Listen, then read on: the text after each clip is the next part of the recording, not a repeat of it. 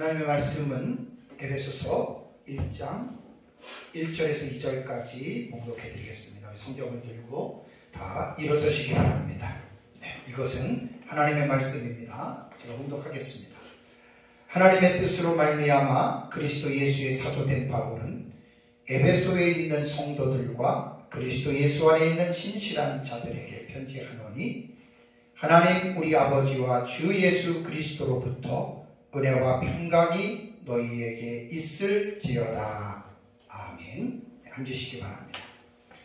오전 예배에는 에베소서가 어떤 내용의 책인지에 대해서 개론적인 말씀을 제가 드렸습니다.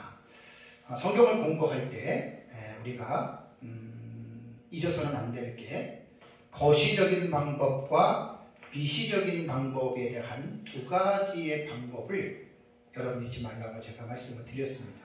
거시적이라고 하는 말은 전체적인 윤곽을 보는 것이고, 미시적이라고 하는 것은 세부적인 부분을 관찰하는 겁니다.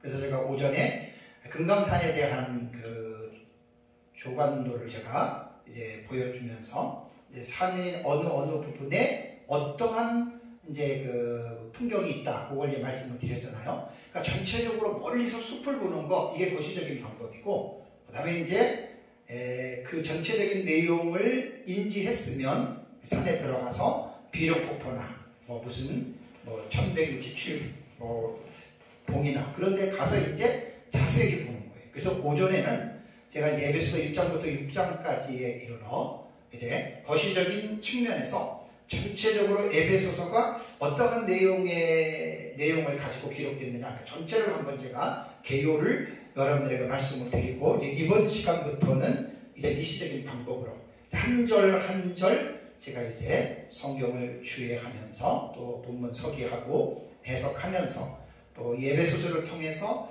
하나님이 우리에게 무엇을 말씀하시는가, 그래서 우리가 그 말씀을 올바르게 깨닫고 그 말씀대로 믿고 믿을 뿐 아니라 그 말씀대로 반드시 우리의 삶에서 살아야 한다라고 하는 이 원리를 여러분들이 잊지 마시고, 이제 이번 시간부터는 에베소서 1장 1절부터 제가 이제 주의를 하겠습니다. 이번 시간에는 두 절만 가지고 제가 말씀을 드리겠는데요. 1절과 그 2절에 대한 이 말씀은 사도 바울이 에베소 교회 성도들에 대한 인사와 또 기원에 관한 이러한 부분의 말씀이거든요. 자, 우리 1절을 다시 한번 제가 말씀드릴게요. 하나님의 뜻으로 말미암아 그리스도 예수의 사도된 바울은 에베소에 있는 성도들과 그리스도 예수 안에 있는 신실한 자들에게 편지하노니 라고 1절에 말씀을 했습니다. 자, 그러면 에베소서는 저자가 사도 바울이라고 말씀을 드렸습니다. 그렇다면 바울은 어떤 사람일까? 바울이라고 하는 그 헬라어 단어는요, 파울로스라고 하는 단어입니다. 파울로스라고 하는, 파울로스예요. 영어로는 파울입니다. 파울로 이렇게 세립이 되는데, 파울로스는 라틴어의 고유명사 파울루스에서 유래가 됐다고 해요. 이 파울루스에서, 이것이 이제 라틴어의 헬라어 음역이 바로 이 파울루스로 이렇게 된 거예요. 그러니까 라틴어로 말하면 파울루스가 되는 거예요. 파울루스. 여기에서 이제 헬라어 음역이 이제 파울로스로 이제 이렇게 됐다라고 하는 말이죠. 그래서 이제 영어로는 파울, 우리말로는 바울 이렇게 됐습니다. 성경에 보면 바울이라고 하는 인물이 두 사람이 나와요. 두 사람이 나오는데, 첫 번째는 사도행전 13장 7절과 12절을 보면 서기오 바울이라고 하는 사람이 나오는데, 이 서기오 바울은 로마의 지방 장관, 곧 총독이었습니다. 그래서 이제 13장이면 사도 바울이 1차 전도 여행을 떠날 때거든요. 그래서 13장에 여러분들이 시간 되시면 13장을 읽어보시면 1차 전도 여행지인 바보에서 복음을 전할 때, 바보라고 하는 섬에서 복음을 전할 때 이제 이 사람이 그리스도인이 되었습니다. 그래서 이 사람을 서기오 바울이라고 하고, 다음에 이제 두 번째가 에베소 저자인 바로 사도 바울입니다. 사도 바울의 히브리어의 이름은 사울입니다. 사울. 히브리어 이름도 원래 바울이 전에 사울이었죠. 이 바울은 길리기아의 다소에서 이제 유대인의 양친에게서 태어났죠. 사도행전 9장이라던가 또 빌립보서 3장 5절에 보면 그 내용이 나옵니다.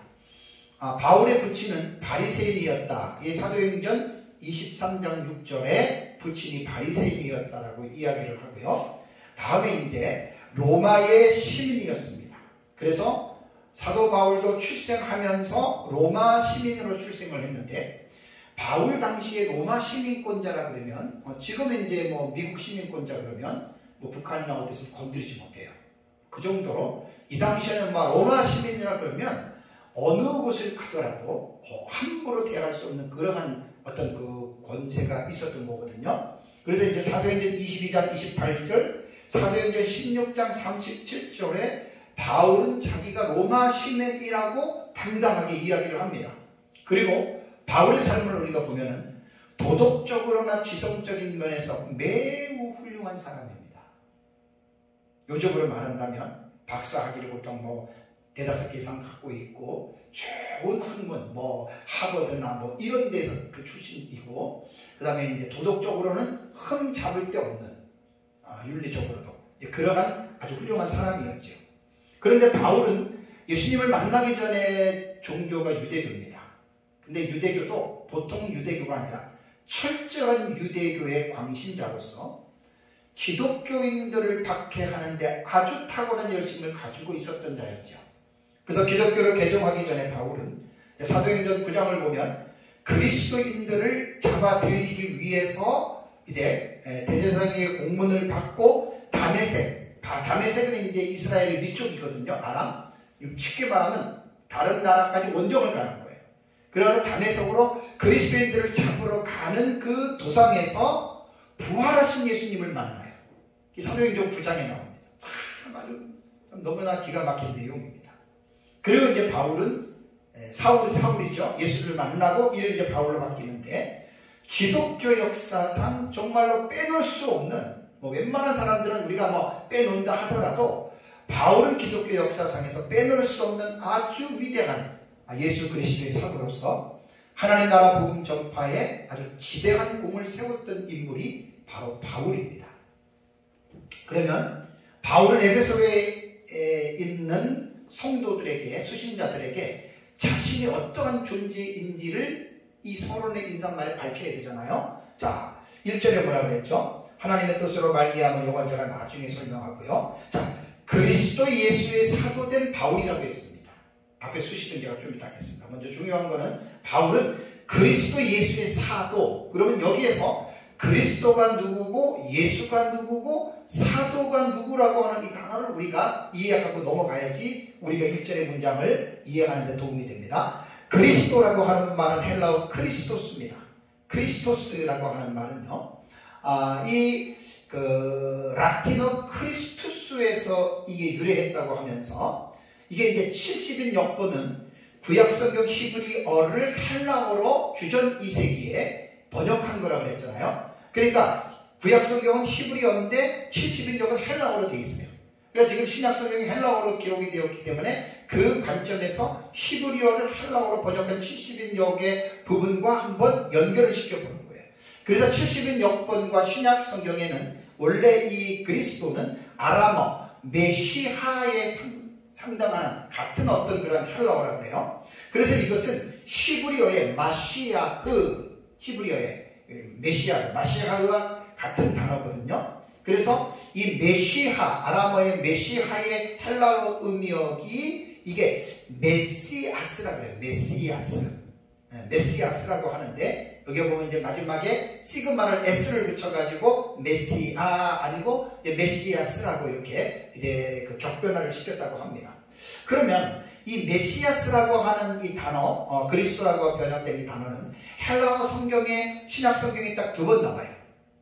1장 41절과 요한복음 4장 25절에 그리스도라는 말이 나옵니다. 내가 그리스도를 만났다라는 말이 나오죠. 그리스도. 자, 그러면 여기에서 2번 나오는데, 복음서의 기자를 이제 이 두 경우 모두가 크리스토스로 번역을 했습니다.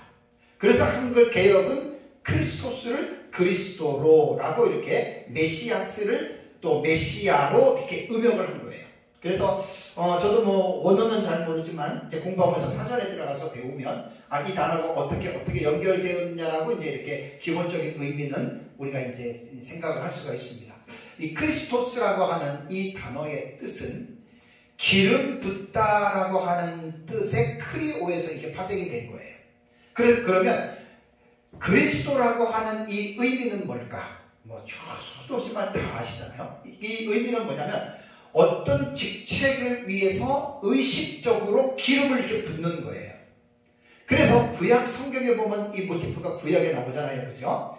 기름 부음을 받는 그 메시아라고 말해요. 메시아를 구약 성경에는 세 종류의 사람들이 나오잖아요. 왕, 제사장, 선지장이 직임을 받을 때 그때 이제 기름을 이렇게 실제적으로 기름을 부어요. 그게 이제 크리스토스라고 이렇게 여러분 우리가 단어의 의미를 생각하면 됩니다.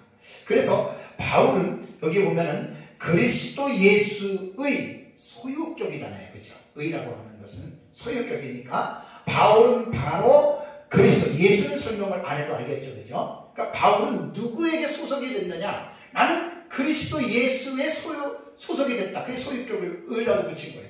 그리스도 예수의 뭐라고 했죠? 사도라고 했습니다.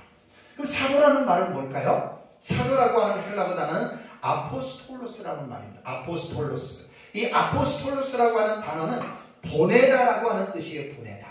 이 보내다라고 하는 그 동사 아포스톨로에서 이것도 유래가 된 단어예요. 아포스톨로스는. 그러니까 이 기본적인 의미는 보내심을 받은 자예요. 그러니까 누구로부터 보내심을 받았느냐? 그래서 사도 바울은 그리스도 예수로부터 보냄을 받은 자가 사도. 이렇게 이제 우리가 1절 말씀을 이해를 하면 됩니다. 그래서 이 아포스톨로스는 신약 성경에 80번이 나오는데 신약 성경에서는 고전 헬라어의 경우와는 달리 이 아포스톨로스라고 하는 말이 오직 사자라는 일반적인 의미로 사용이 되고요. 무엇보다도 하나님의 특정한 직무, 즉 원사도직에 대한 확고한 명칭으로 이 단어가 사용이 되어 있다고 해요. 그래서 이제 신약 성경이 헬라어로 기록이 되어졌기 때문에 신약 성경이 헬라어로 코인의 방언으로 기록되기 이전에 헬라어는 그 전부터 존재했잖아요. 그래서 이제 항상 그 원어 사전에 들어가면 고전 헬라어, 이 단어가 고전 헬라어에서는 어떻게 사용이 되어졌고 그 다음에 70인역 히브리어를 헬라어로 번역하면서 어떻게 사용이 되어졌고 신약 성경 헬라어는 어떤 뜻으로 사용이 되어졌느냐. 원어 사전에는 항상 이 세 가지 파트가 나옵니다. 그래서 그걸 보면 아주 깊이 있게 단어를 이해할 수가 있는데 신약 성경에 와서는 이 아포스톨로스라고 하는 말이 이제 예수님의 12제자, 원사도라 그러죠. 이제 이것이 확고하게 이 명칭으로 기독교에서는 아주 이 단어를 전문적으로 이제 12사도에게 이제 확정되는 이제 이러한 단어로 사용이 되어졌다라고 하는 말입니다.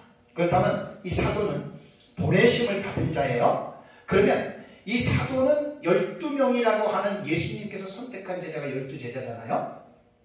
예수님께서 선택한 그들, 그리고 사도의 자격에는 예수 그리스도의 공생애를 함께 3년 6개월 동안 지냈던 자입니다. 그 사람들은 12제자. 물론 다른 제자도 있지만 예수님이 선택한 제자는 12명밖에 신약 성경에 없잖아요. 그런데 단 한 가지의 예외가 있어요. 그 예외가 누구냐? 오늘 에베소서를 쓴 바울입니다.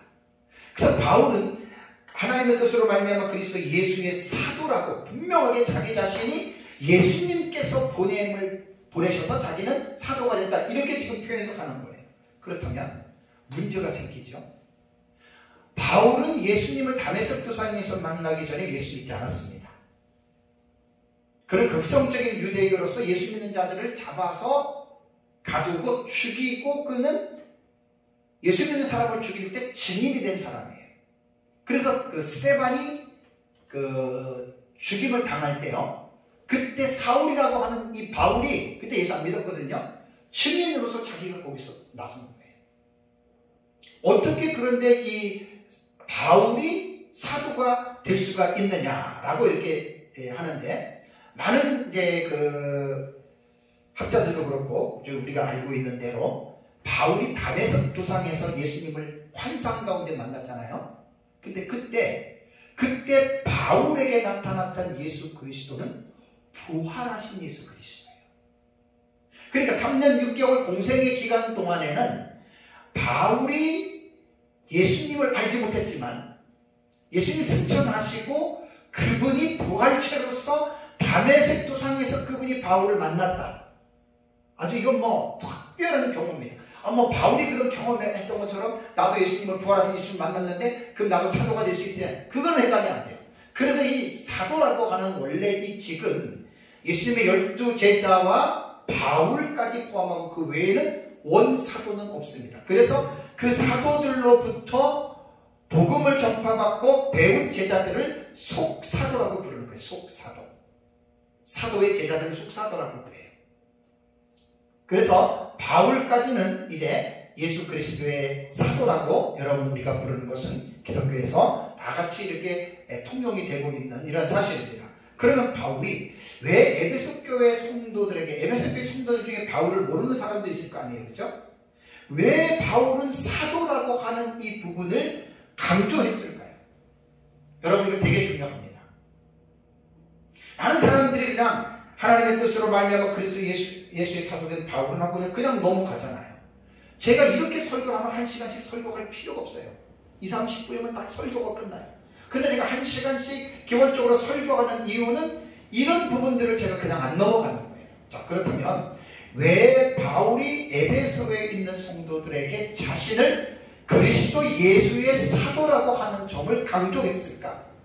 되게 중요합니다. 왜 그러냐면 공신력을 나타내기 위함입니다.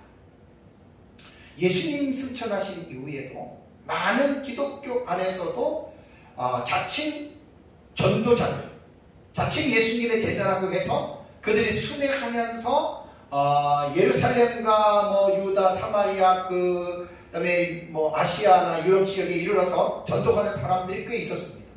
근데 이제 그들 가운데에 모두가 다 올바른 예수님의 제자라면 괜찮은데 바울이 쓴 서신서에 보면은 뭐가 나오냐면 거짓 교사들에 대한 내용이 나오죠. 그러니까 요즘으로 말하면 이단과 사이비들입니다.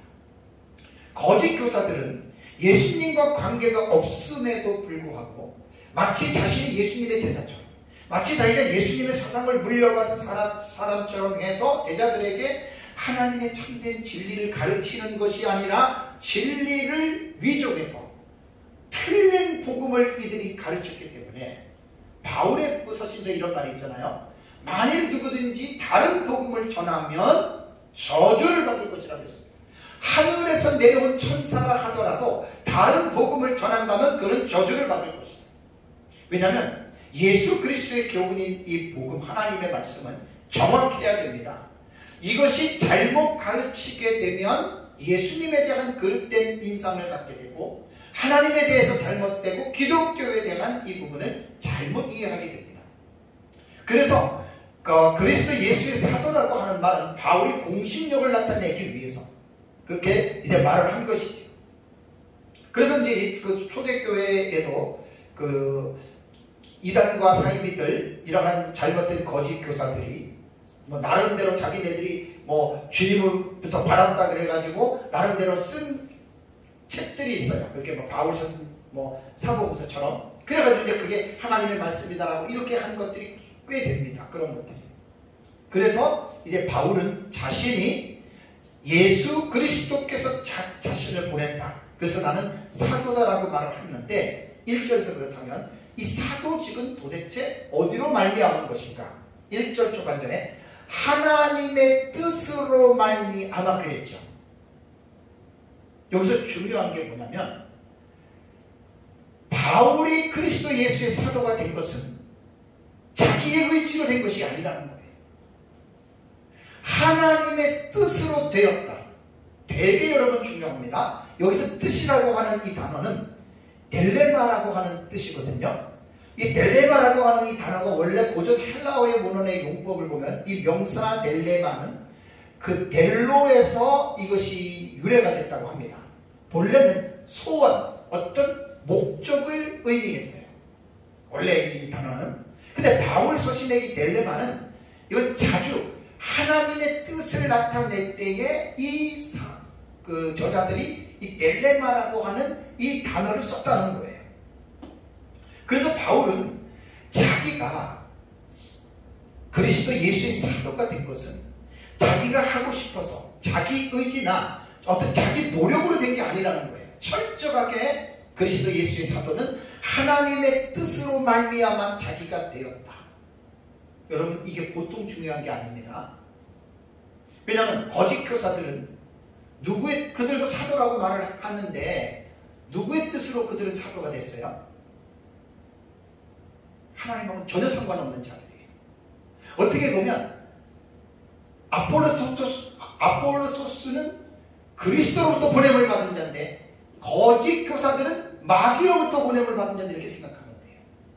오늘날 한국교회나 전세계의 이단과 사이비들 있잖아요. 그들은 하나님이 보낸 자들이 아니에요. 마귀로부터 보낸 자들이에요. 곧 적그리스도적인 사람들이에요. 고린도후서 1장 1절을 보면 참 바울이 이걸 얼마나 그 교회마다 강조했는지 몰라요. 고린도후서 1장 1절에도 하나님의 뜻으로 말미암아 그리스도 예수의 사도된 바울 표현했고, 골로새서 1장 1절도 하나님의 뜻으로 말미암아 그리스도 예수의 사도된 바울과 이렇게 표현했고, 에베소서 1장은 조금 전에 말씀드린 대로 그렇게 되고, 디모데후서 1장 1절에는 하나님의 뜻으로 말미암아 그리스도 예수 안에 있는 생명의 약속대로 그리스도의 예수의 사도된 바울은 아주 여러 가지 중요한 부분들을 바울은 수식을 해서 설명을 합니다. 갈라디아서 1장 1절에도 사람들에게서 난 것도 아니요 사람으로 말미암은 것도 아니요 오직 예수 그리스도와 그를 죽은 자 가운데서 살리신 하나님 아버지로 말미암아 사도된 바울은 이렇게 말을 했습니다. 갈라디아서 1장을 잠깐 앞으로 가보세요. 갈라디아서가 앞에 좀 있습니다. 자, 되게 중요합니다. 자, 간단하게 하나님 아버지로 말미암아 사도가 됐다 이렇게 말을 했으면 뭐 얼마나 좋겠어요. 근데 보세요. 왜 바울이 이렇게 복잡하게 몇 번의 수식을 거치느냐. 갈라디아서 1장 다시 보세요. 사람들에게서 난 것도 아니요 그랬죠. 그러니까 사도가 사람들에게서 뭐 사람에 의해서 혹은 뭐 이렇게도 될 수가 있잖아요. 그 다음에 또 뭐라 그랬습니까? 사람으로 말미암은 것도 아니요. 이게 다 지금 의미가 있는 거예요. 이게 간단한 게 아니에요. 그 다음에 오직 예수 그리스도와 그를 죽은 자 가운데서 살리신 하나님 아버지로 말미암아. 수식을 되게 많이 하죠. 그냥 하나님 아버지로 말미암아 사도된 바울은 마지막에 이렇게 하면 되는데 앞에 몇 군데를 수식을 합니까? 사람들에게 난 것도 아니요 사람으로 말미암은 것도 아니요 오직 예수 그리스도와 그를 죽은 자 가운데서 살리신, 3번이나 강조 또 수식을 해서 이렇게 말을 하잖아요. 저는 여기서 이 말씀을 준비하면서 꼭 성도들에게 이런 말을 해드리고 싶어요. 오늘날 각 교회마다 나름대로 목회자들이 있습니다. 목사든 강도사든 전도사든 간에 교회를 담임하고 있는 사역자들이 있잖아요. 성도들은 꼭 기억을 해야 됩니다. 물론 거의 다 올바르게 이제 신앙을 하신 분들이긴 한데, 그 교회를 담임하는 목사가, 그 교회를 담임하는 사역자가 정말 그 사람이 하나님으로부터 소명을 받고 그 사명감을 가지고 교회를 지금 담임하고 있는지, 그건 성도들은 한 번쯤은 생각해 봐야 돼요. 그리고 그 목회자가 어디에서 어떻게 신학을 공부했는지에 대해서도 성도는 밝혀야 됩니다. 그 이유는 올바른 목사의 과정을 거치지 않고 목사가 된 사람들도 조금이 아니라 꽤 있습니다. 그래서 목사 안수에 있어서 불분명한 사람들이 있기에 교회는 목사에 대한 신원에 대해서 분명하게 확인해야 됩니다.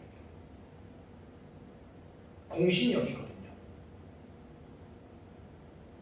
유튜브에서 제가 지난번에 말씀드린 성경 침례회에 미국에 있는 어떤 그 유명한 목사를 가지고 반대편에서 이야기를 하는데, 저 사람은 신학을 어디서 그 목사 안수 어디서 받았는지 모른다. 또 그거 가지고 자기네들끼리 싸우더라고요. 지금 기독교회도요, 뭐 교회 안에 뭐 대한예수교 장로회, 무슨 감리회 이렇게 가지고 이름을 붙여놓고 진짜 장로회 그러면 장로회 신학교에서 장로교 신학교, 물론 교단이 여러 가지가 있지만 거기서 정말 그 목사의 과정을 제대로 올바르게 거쳤느냐에 대한 이 부분은 반드시 교회의 목회자 성도들이 목회자에 대한 이 부분을 알고 있어요. 우리나라의 큰 교회도 그 목사님 목사 안수 문제 때문에 논란이 있었잖아요. 그런 거 여러분 절대로 간단한 게 아닙니다. 분명하게 밝혀야 됩니다. 다음에 이제 바울은 에베소에 있는 교인들을 무엇이라고 불렀습니까? 자, 1절을 보면은 에베소에 있는 누구?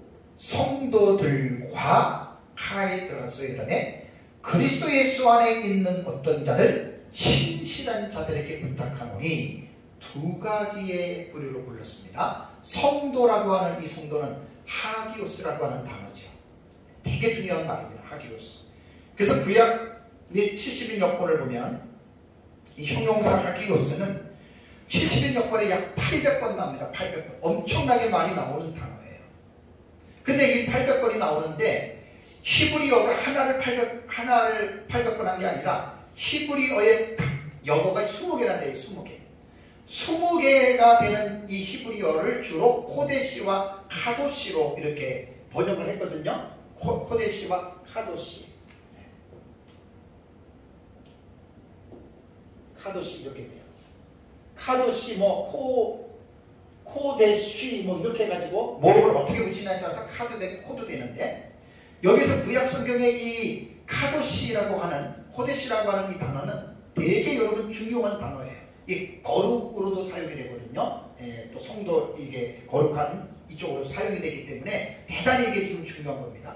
그런데 이 카도시는 여러분들한테 제가 정말 너무 많이 설교할 때마다 그 성도 나오는 데가 많이 거룩 나올 때 설교를 했잖아요. 이것은 도덕과 윤리적인 개념은 2차적인 거예요.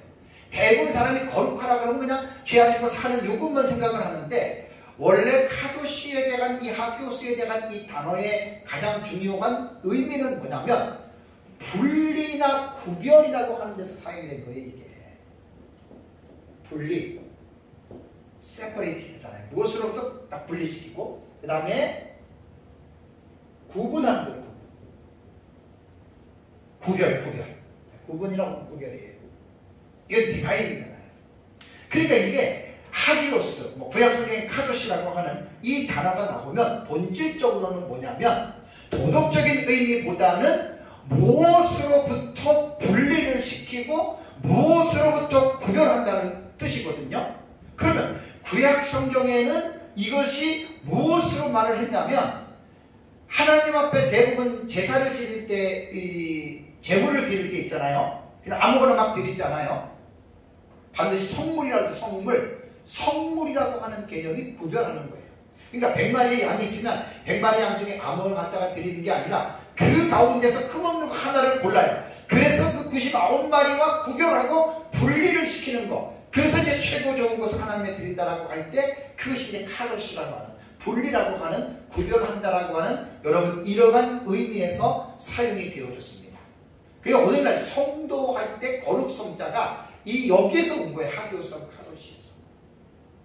우리는 세상에 살면서 우리는 세상에 살기는 하지만 우리는 세상에 속해서 살면 안 돼요. 세상 안에서 살지만 세상 사람들의 삶과 구별되고 분리해야 돼요. 세상 사람들은 일요일 날이라고 해서 놀러가고 또 기분 좋으면 마시고 먹고 즐기고 죄를 짓지만 그리스도인들은 하나님의 자녀인 성도이기 때문에 우리는 세상에 살지만 그러한 삶에 있어서 그들과의 삶을 구별하고 분리하는 것이 여러분 이게 하기오스라고 하는 단어의 의미입니다. 하나님께서 이스라엘 백성들을 거룩한 백성으로 부릅니다. 이 성민이라는 말이에요. 성민. 거룩한 백성으로 부르는 것은 이스라엘은 다른 민족들과 분리시키고 구별해서 너희는 나의 소유라고 하는 차원에서 하나님께서 이렇게 성민으로 이렇게 그들을 부르시는 거예요.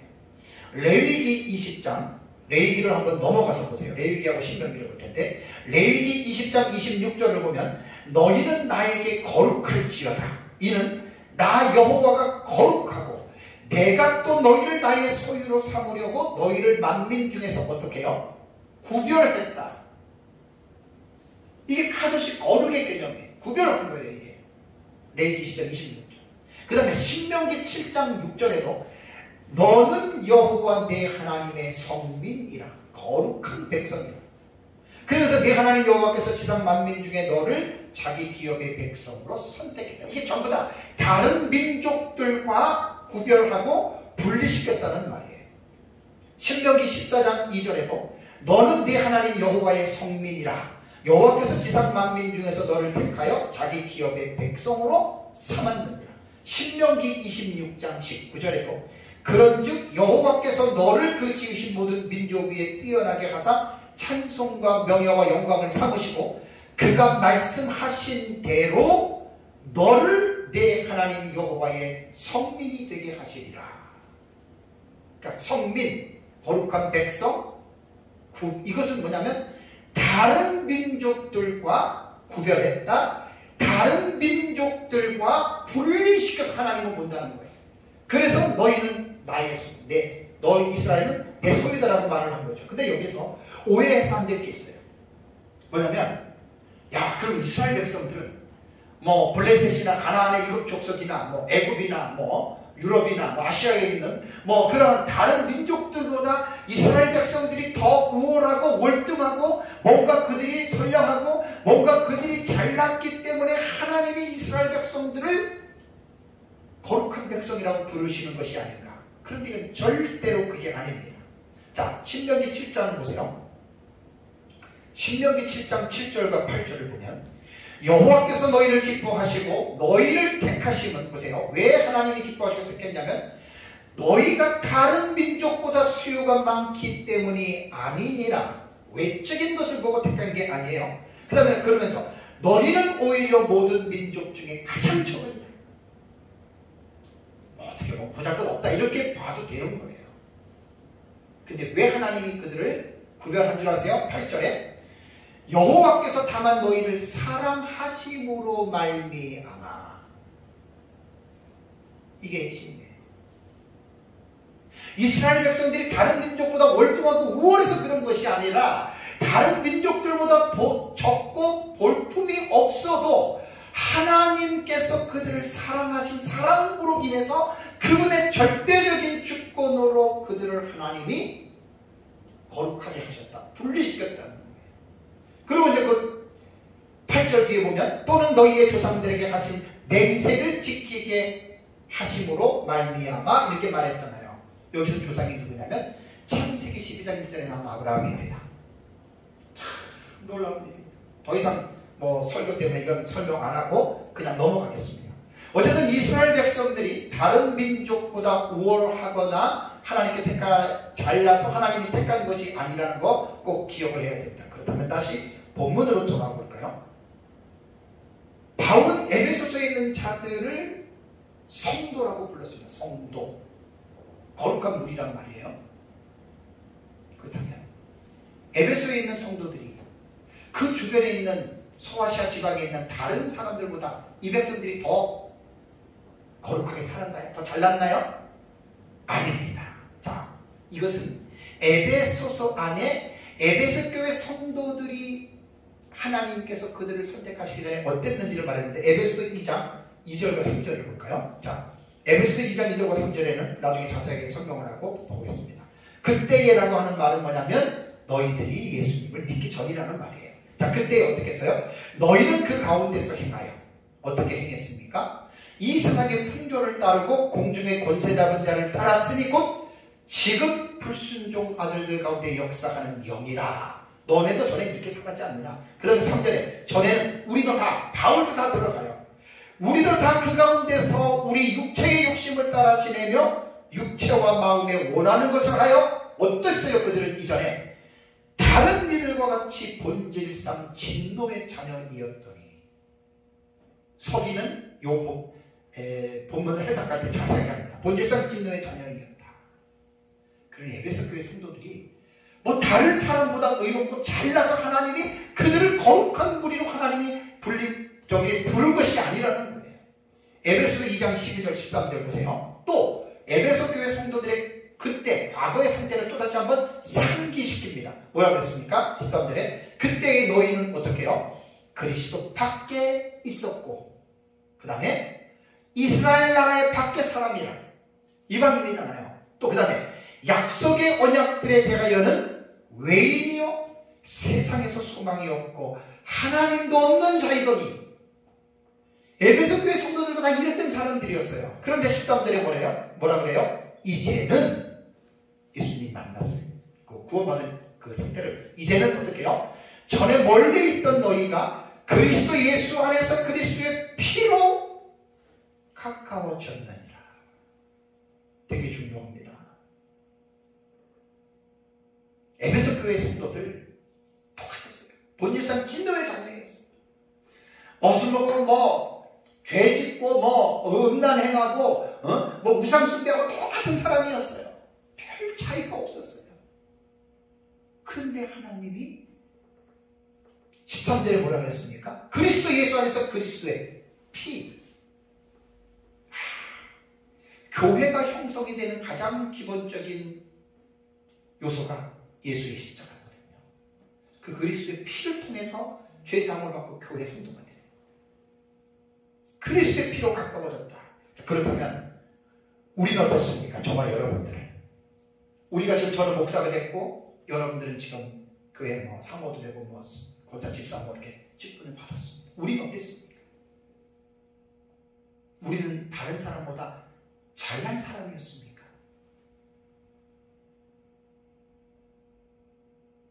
우리도 똑같이 본질상 진노의 자녀로서 우리 마음이 원하는 대로 육체의 욕심을 따라 내 마음대로 살아가지 않았습니까? 근데 우리가 예수 그리스도의 그 십자가의 피값으로 인해서 피공로로 인해서 저와 여러분들도 성도가 되었다는 말입니다. 다시 목사보다도요 성도라고 하는 명칭이 더 위대한 겁니다.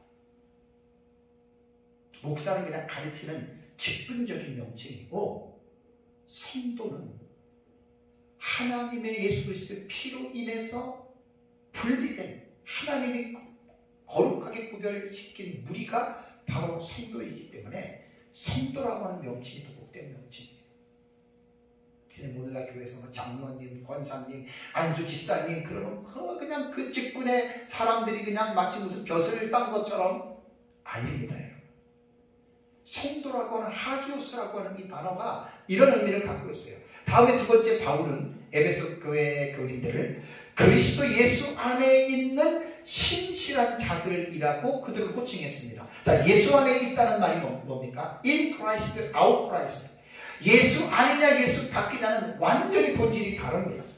예수 안에 있다라고 하는 말은 예수 그리스도를 믿고 구원받은 성도들을 예수 안에라고 이렇게 소속을 말씀을 하고 있습니다. 이것은 뭐냐면 예수 안에 있으려면 오직 믿음밖에 없어요. 그래서 에베소서 2장 8절과 9절 보세요. 에베소 2장 8절과 9절 제가 너무나 좋아하는 내용입니다. 너희는 그 은혜에 의하여 믿음으로 말미암아 구원을 받았으니 이것은 너희에게서 난 것이 아니라 하나님의 선물이라. 믿음으로 말미암아 구원받았다는 거예요. 여기서 은혜에 의하여라고 하는 말은 은혜는 4절 5절에 보면 예수님의 십자가의 죽으심이 은혜라고 하는 그 사실입니다. 그것을 믿음으로 말미암아 구원을 받았기 때문에 이것은 너희에게서 난 것이 아니라 하나님의 선물이라. 행해서 난 것이 아니니 누군지 자랑하지 못하게 함이라. 여러분들 믿는 사람들 조심해야 됩니다. 우리가 예수님 믿고 구원받아서 천국을 갑니다. 세상에서 가장 큰 복을 받은 사람들이죠. 그러면 왜 복을 받았습니까? 어떤 사람들은 그래요. 예수 믿지 않는 사람들, 불신자들 지옥 가잖아요. 그 사람들은 막 조롱하고 니들은 그렇게 사니까 지옥 가지 막 깔보거든요. 그런 사람들은 회개해야 됩니다.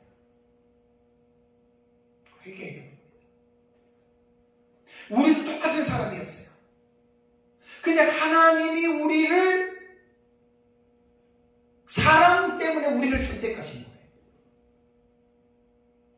선택에 대한 이 교리, 예정에 대한 교리 너무 중요한데 그건 제가 이제 다음 시간에 하는 걸로 하겠습니다. 하나님이 우리를 그냥 사랑 때문에 우리를 선택한 거예요. 우리가 잘나서 구원받은 게 아니에요.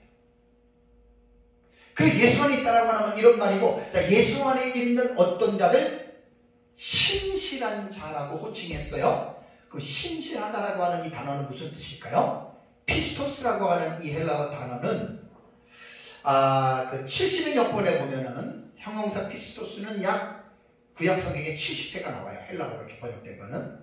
주로 히브리어에 보면은 아만 있죠. 아만. 이게 아멘이에요. 이 아만이라고 하는 히브리어 단어는 진실하다, 의지할 만하다, 참 신실하다, 믿을 만하다라고 하는 그러한 뜻입니다. 신뢰할 수 있는 뭐 이러한 의미거든요. 그러면 에베소 교회의 성도들을 예수 안에 있는 신실한 자들로 바울이 다시 그렇게 부르는 것은 무엇일까요? 이유가 있습니다. 여기 보면은 에베소 공동체 안에, 교회 안에 소속되어 있다라고 신실하다고 말하는 것이 아니라 실제적으로 에베소 교회 성도들 모두가 그런 것은 아니지만 그들의 삶 자체가 정말로 신실하고 믿을 만한 그러한 신실한 삶을 살았던 여러분 그러한 교회 공동체였습니다. 그냥 교회만 있다고 여러분 신실하다고 부르는 게 아니에요. 우리가 요한계시록을 공부할 때 지금 에베소 교회나 빌라델피아 교회를 제외한 나머지 교회들은 어땠어요? 5개 교회들. 성원한 교회와 빌라델피아. 신실함이 없었잖아요. 그죠? 그래도 주님은 그 5개 교회를 향해서 신실한 성도라고 부르지 않았어요.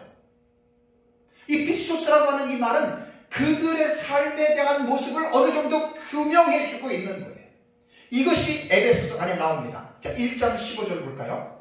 1장 15절. 자, 이로 말미암아 주 예수 안에서 너희 뭐라고요? 믿음과 모든 성도를 향한 사랑을 나도 들었다. 그러니까 에베소 교회 성도들을 향해서 피스토스 예수 안에 있는 신실한 자들이라고 바울이 부를 수가 있었던 거예요. 라오디게 교회처럼 그들이 자기는 부요하고 뭐 어쩌고 저쩌고 이야기를 해도 영적으로 볼 때는 그들은 가난하고 헐벗고 굶주린 자들이었잖아요. 사대교회는 살았다는 이름을 가졌지만 실제로는 죽은 교회였잖아요. 그런 교회를 하면서 신실한 교회라고 성도라고 부르지 않습니다. 그래서 바울은 에베소 로마에 있을 때에도 자신이 3차 전도여행 때에 2년, 2, 3년 동안을 머물면서 가르쳤던 그 교회에 대한 소식을 다른 사람들로부터 들었을 때 믿음과 모든 성도들의 사랑이 그 교회 안에 어느 정도 영향력을 미쳤다는 거예요. 그래서 바울은 에베소 교회에 있는 자들에게 예수 안에 있는, 그리스도 예수 안에 있는 신실한 자들이라고 바울이 그들을 호칭했다라고 하는 사실입니다. 오늘날 우리도 하나님이 보실 때 어떠한 성도가 되어야 할까요?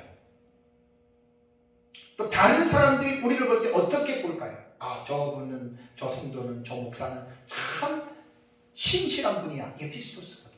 정말 신뢰하고 믿을 만한 분이에요. 참 겸손하죠. 정말 바르게 살려고. 우리 그런 소리를 들어야 돼요. 저 목사, 저 권사, 저 집사, 아이고 저거 형편없어, 저거 가짜야. 그런 사람에게 이 피스토스라는 말 절대로 여러분 쓰지 않습니다. 우리들이 종교적인 외적인 모습으로만 성도가 아니라 우리들의 삶이요, 가정에서나 사회에서 모든 사람들이 볼 때 이러한 신실한 사람으로 인정받는 삶을 살아야 됩니다. 오늘날 한국교회가 세상 사람들로부터 개독교로 불려지는 이유가 참 가슴 아픕니다. 왜 그럴까요? 그만큼 한국교회 목회자들과 성도들이 믿지 아니하는 한국 내에 살고 있는 사람들로, 국민들로부터 인정을 받지 못했던 거예요. 우리가 정말 믿을 만한 삶을 살지 못했고, 우리가 정말 신실한 삶을 살지 못하고, 오히려 믿는 사람들이 세상에 나가서 세상 사람들보다 더 죄를 짓고 더 그렇게 잘못 살았기 때문에 세상 사람들이 볼 때 기독교가 아니라 개독교라고 부르고 있는 거예요. 누구를 탓할 필요가 없어요. 나 자신부터 우리는 하나님 앞에서 신실한 사람들이 되도록 노력을 해야 되는데, 에베소서 4장 부분을 넘어가면 어떻게 신실한 사람이 성도가 될 수 있을까? 해야 할 일과 하지 말아야 할 일과 어떤 장소에서 이렇게 될 것에 대해서 바울이 에베소에 말씀을 해놨어요. 그냥 4장 이후에 들어가서 그때 하나하나 교훈을 여러분 자세히 배우기로 하겠습니다. 이제 2절에 보면 바울이 에베소 성도들에게 기원한 내용이 나옵니다. 자, 첫 번째 2절에 보면 뭐라고 했습니까? 하나님 우리 아버지와 주 예수 그리스도로부터 은혜와 평강이 너희에게 있을지어다 라고 이렇게 말을 했습니다. 중요한 것은 뭐냐면 은혜와 평강을 기원을 했는데, 이 은혜와 평강이 누구로부터 오는? 출처가 어디예요? 출처가. 여러분, 이게 되게 중요합니다. 하나님 우리 아버지와 주 예수 그리스도로부터예요. 하나님으로부터 오는 거예요. 은혜와 평강. 사람이 주는 게 아닙니다, 여러분. 하나님으로부터, 예수 그리스도로부터 이 은혜와 평강이 주어집니다. 은혜가 있기를 기원했는데, 지난주 요한계시록의 마지막 설교를 할 때 너희 모든 무리에게 예수 그리스도 은혜가 있을지어다라는 말씀 드렸잖아요. 여기 명사 은혜는 카리스라고 하는 단어입니다. 신약 성경에 약 155번 나온다 그랬죠. 대부분 다 100번 정도가 바울 서신에서 이 카리스라고 하는 이 단어를 사용을 했고요. 바울은 이 서신서에서 주로 인사말이나 기원문에서 아주 이 단어를, 카리스라고 하는 단어를 빼놓지 않았어요. 그래서 제가 지난주에 말씀을 드렸잖아요. 이 카리스 은혜를 단순한 그냥 어떤 기원문으로만 해석하면 안 된다는 거예요. 물론 본인은 인사말에서 기원하는 차원에서 은혜가 있을지어다라고 이야기를 했지만, 받는 사람들은 단순하게 받아들이면 안 돼요. 우리는 카리스라고 하는 이 단어에 대한 용어가 나오면 확 넓혀야 돼요. 엄청난 내용이 들어가 있죠. 그죠? 은혜 속에는 웬만한 좋은 것들이 은혜라는 단어에 다 들어가요. 그러니까 이것은 하나님과 예수 그리스도에게로부터 오는 정말로 귀한 값진 선물입니다. 카리스는 선물이라는 말이에요. 선물. 호의라고 하는 뜻도 되고 친절로도 번역이 되는 단어예요. 이 하나님으로부터 와야 돼요. 하나님이 나에게 은혜를 베푸시면, 하나님이 여러분들에게 은혜를 베푸시면, 언제 어디서든지 항상 하나님이 저와 여러분들에게 은혜를 베푸신다면 우리의 삶은 걱정할 게 없습니다. 그래서 하나님의 은혜가 우리에게는 필요합니다.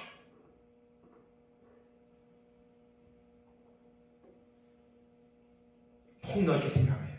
두 번째는 평강이 있기를 기원했죠. 평강이라고 하는 말은 신약성경에 많이 나온 단어죠. 에이레네입니다. 에이레네.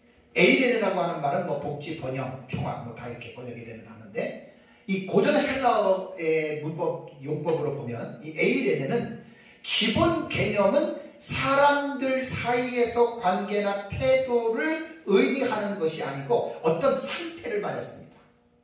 관계나 태도가 아니고 어떤 그 상태, 즉 평화로운 때 혹은 평화의 상태, 어떤 그런 상태를 말하거든요. 이렇게 원래 에이레네는 사용이 됐고, 그리고 이제 구약성경 70인 역본의 이 에이레네의 용법을 보면 구약 성경에서 에이레네가 약 250회가 나오는데 거의 히브리어 단어 샬롬의 영어로 썼습니다.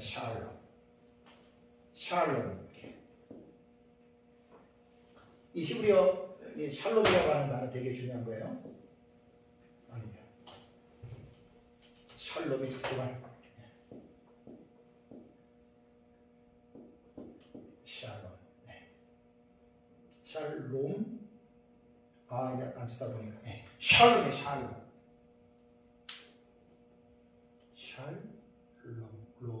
네. 샬롬. 잘 모르겠네. 좀 틀린 게 있는지. 그러니까 이 히브리어 샬롬을 에이레너로 헬라어 평강으로 이렇게 영어로 좀 사용을 했거든요.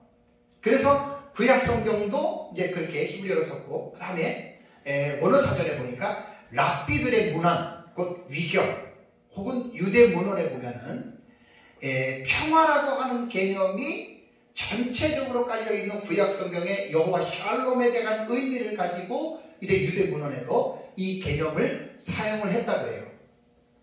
그래서 이 개념은 하나님과 사람 사이의 관계에서 그리고 순전히 인간적 차원에서 이 의미가 이제 확대가 됩니다.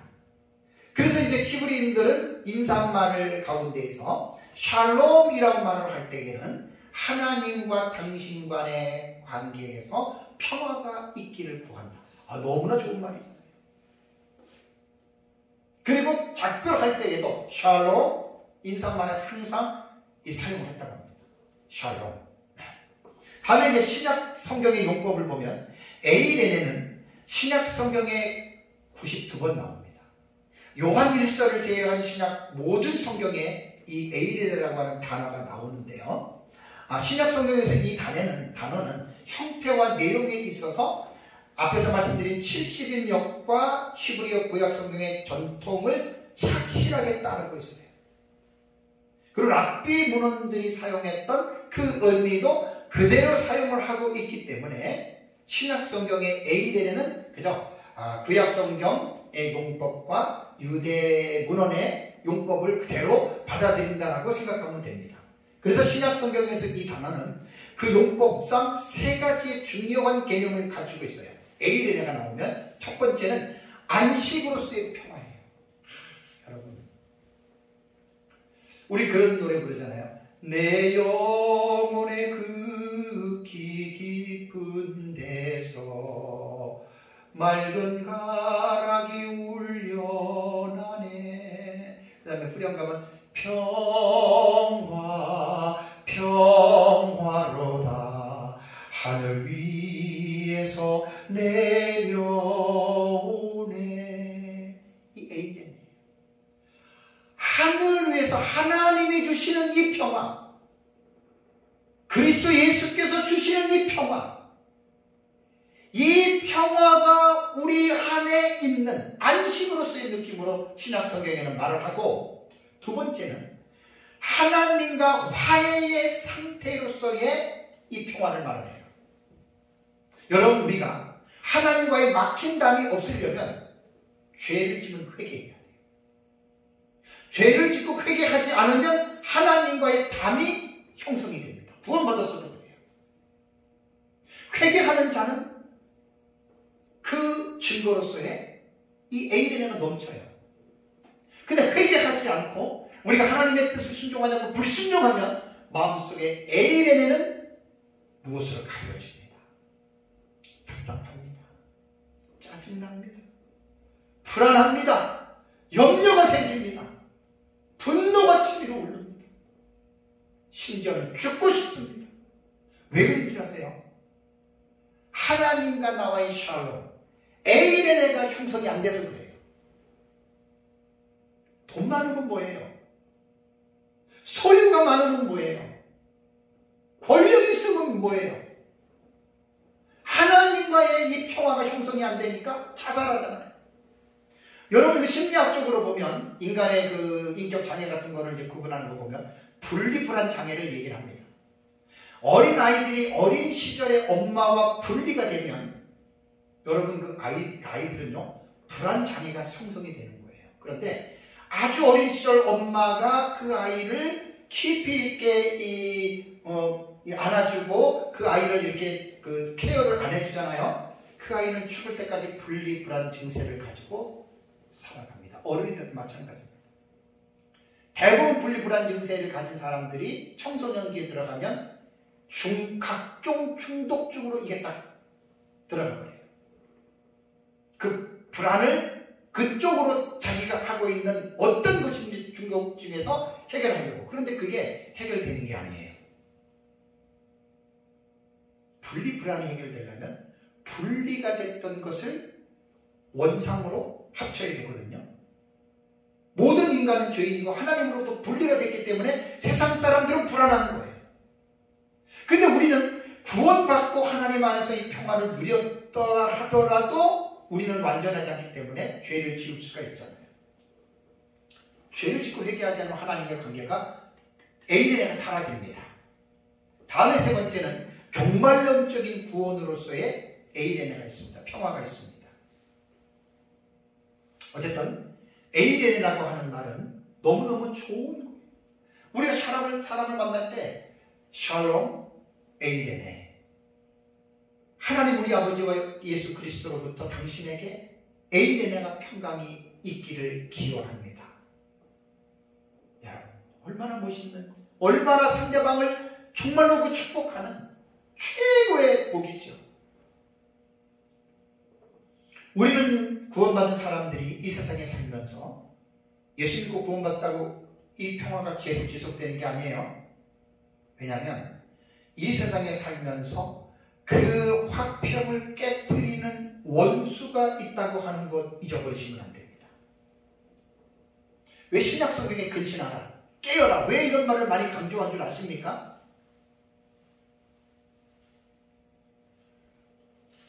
베드로전서 나오잖아요. 베드로전서 5장을 보시면 얼마 제가 말씀드립니다. 베드로전서 5장 8절과 9절을 보면 근신하라, 깨어라, 너희 대적 마귀가 오는 사자같이 두루다니며 삼킬 자를 찾나니 너희는 믿음을 굳건하게 하여 그를 대적하라. 이는 세상에 있는 너희 형제들도 동일한 고난을 당하는 줄을 압니다. 우리에게는 이 세상을 살아가면서 여러분 우리에게는 대적이 있습니다. 그 대적이 마귀입니다. 마귀는 우리가 하나님과의 이 에이렌의 평화를 누리면서 우리가 정말 하나님 안에서 바르게 사는 것을 발을 동동 굴리면서 그 마귀는 우리에게 들어와서 하나님과의 에이렌의 관계를 파괴시키게 만드는 게 여러분 바로 마귀예요. 마귀는 쉬는 시간도 없고 잠자는 시간도 없어요. 졸지도 않아요. 항상 저와 여러분들을 우는 사자같이 두루다니면서 삼킬 자를 찾아요. 목사도 많이 마귀의 밥이 되고 교회의 중직자들도 마귀의 밥이 많이 되고 성도들도 마귀의 밥이 얼마나 많이 되는지 몰라요. 그래서 베드로는 믿음에 굳건하게 서서 그를 대적하라라고 베드로전서의 베드로는 이 사실을 여러분 말씀을 한 겁니다. 여러분 우리가 구원받은 하나님의 자녀가 됐어도 인간이 얼마나 여러분 우리가 부족하고 연약한 줄 아세요? 예수 믿은 지 39년 됐습니다. 얼마나 인간이 이게요. 우리 아무것도 아니에요. 하나님의 은혜가 없으면 하나님이 우리를 붙잡아 주지 않으면 세상 사람이나 우리나 별다를 바 없어요. 그게 연약한 존재예요. 한국 교회가 세상으로부터 개독교라고 하는 소식, 그 소리를 듣는 것은 그만큼 교회가 마귀에게 의해서 많이 삼켜진 바가 되었다는 말입니다. 교회들도.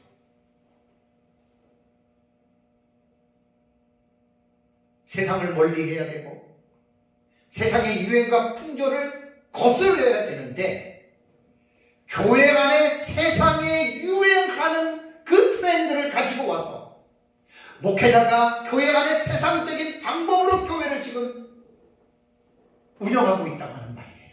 성공주의 목회, 성공주의, 또 각종 이벤트들 세상하고 똑같이 전도하면 1등에게는 송지술래 보내주고 금반지 몇 돈을 주고 테레비를 주고 냉장고를 주고, 저는 그게 목적을 위해서 수단과 방법을 가리지 않는 아주 비열한 방법이라고 봐요.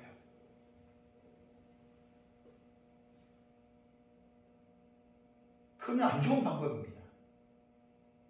그러니까 교회가 하나님의 말씀 안에 서 있지 않으면 그런 세상적인 세속화의 물결이 교회 안에 들어오는 게 그게 타락이에요. 왜 교회가 세상 사람들로부터 개독교의 소리를 듣냐면 교회가 마귀에게 삼켜진 바가 돼서 그래요.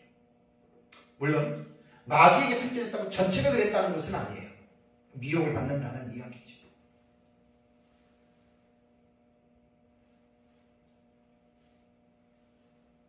바울은 그래서 에베소서 마지막 부분 6장 10절과 11절 볼까요? 그래서 이제 에베소 마지막에 이제 명령을 권면을 할 때 에베소 6장 10절 11절을 보시면 끝으로 너희가 주 안에서와 그 힘의 능력으로 강건하여지고 마귀의 간계를 능히 대적하기 위하여 하나님의 전신 각주를 입으라 라고 권고하고 있는 겁니다. 왜 그럴까요? 구원받은 사람이 우리가 잘못했다고 해서 구원이 취소되지 않습니다. 구원받은 사람이 마귀의 미혹에 빠져서 죄를 지으면 에이레네, 하나님이 주신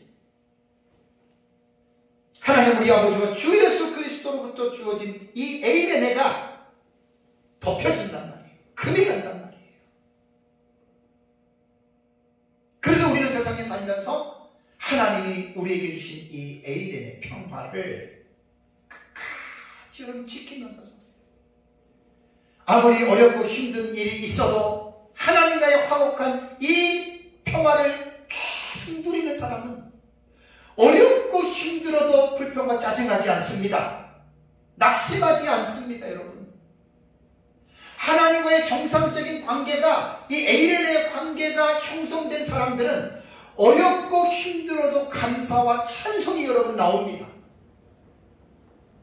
꼭 기억하시기 바랍니다. 뭐가 소유가 많다고, 돈이 많다고 해서 기뻐하고 돈이 없다고 해서 슬픈 게 아니라 하나님과의 관계에서 이 평화의 관계가 평강이 사라져버리면 돈도 필요 없고 소유도 필요 없고 명예도 필요 없고 권력도 필요 없는 거예요. 왜 부자들이, 돈 많은 사람들이, 많이 배운 지식인들이 왜 자살을 합니까? 그것이 진정한 평강이 될 수 없다는 거예요. 그것이 에이레네가 될 수 없다는 거예요. 사랑하는 성도 여러분, 우리는 하나님의 뜻으로 말미암아 그리스도 예수의 사도가 된 바울이 성령의 감동을 통해서 에베소서 교회 성도들에게 문안 인사를 했습니다. 이 인사는 오늘날 저와 여러분들 모든 그리스도인들에게 시대를 초월하여 동일하게 적용되어지는 내용입니다. 우리는 성도요, 그리스도 예수 안에서 신실한 자들입니다. 그리고 우리에게도 하나님 우리 아버지와 주 예수 그리스도로부터 은혜와 평강이 필요한 자들이기 때문에 저와 여러분들에게 이러한 은혜가 늘 있기를 주 예수 그리스도의 이름으로 축원합니다. 다 같이 함께 기도하겠습니다.